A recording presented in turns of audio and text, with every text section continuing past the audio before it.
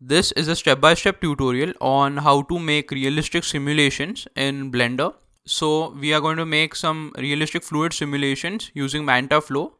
So I'll explain every small thing that I can explain. So this is a beginner level tutorial. So let's start. Okay, so the first step to make your fluid simulation is to define the area in which the fluid simulation takes place. So that area is called the domain. That means we need to tell Blender that this is the area in which all the fluid related stuff will take place. So for that, I'll just use this default cube.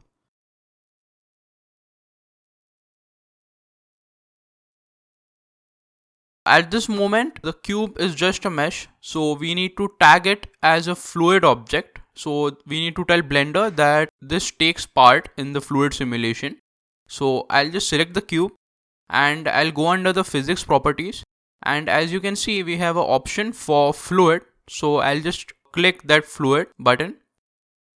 Now we have told Blender that this cube will take part in a fluid simulation, but we still need to define the role of this object. Currently, as you can see, the type is set to none, so we need a domain object. So I'll just select that. I'll just change the domain type from gas to liquid. I'll just go into the wireframe mode. Okay, now all the fluid related stuff will take place in this area in the cube. Now that we have specified the area of a fluid simulation, we need to add the fluid itself. So we need an object that continuously adds fluid to the simulation. You can think of it as a tap, like a tap adds water continuously. So we need to add an object that acts like a tap. For that, I'll add a UV sphere. Now this sphere is quite big, so I'll just scale it down.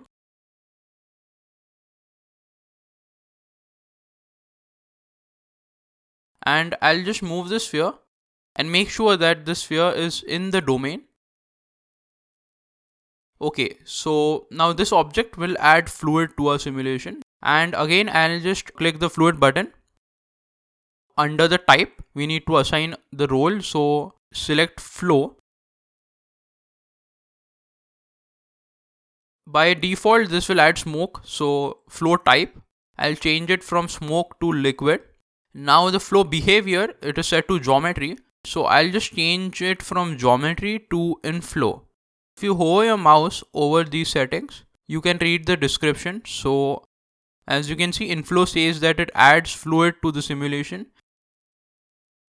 Now that we have added our inflow object, we need to view our simulation.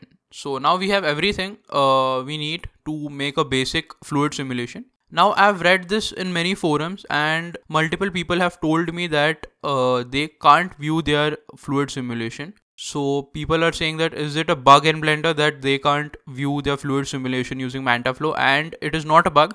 It is just a basic setting that they need to turn on. So under the cache, the type of this cache is set to modular. So I'll just change it to replay. And now as you can see, some particles appear.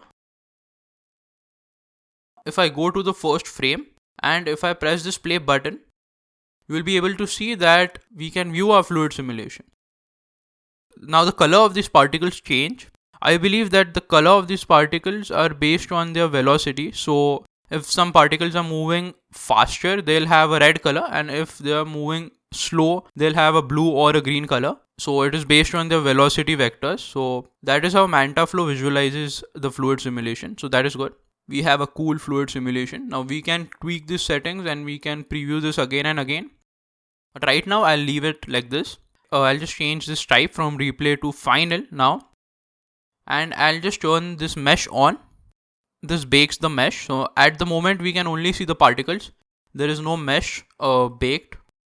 We can bump up these values. As you can see, the uppress factor. So this is like a subdivision surface. Okay, now we have everything to finalize our fluid animation, a fluid simulation. Finally, you can bake the simulation. So just hit this bake all button.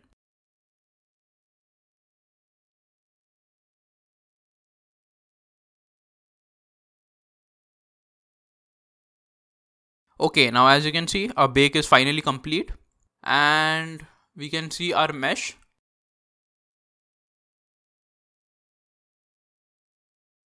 But this fluid is a bit flat, so an easy way to fix this is to give this fluid a subdivision surface modifier.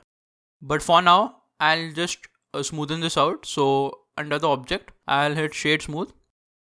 And that's it, guys. This is how easy it is to make a simple fluid simulation in MantaFlow. And hope this tutorial helped you. And I'll see you in the next tutorial.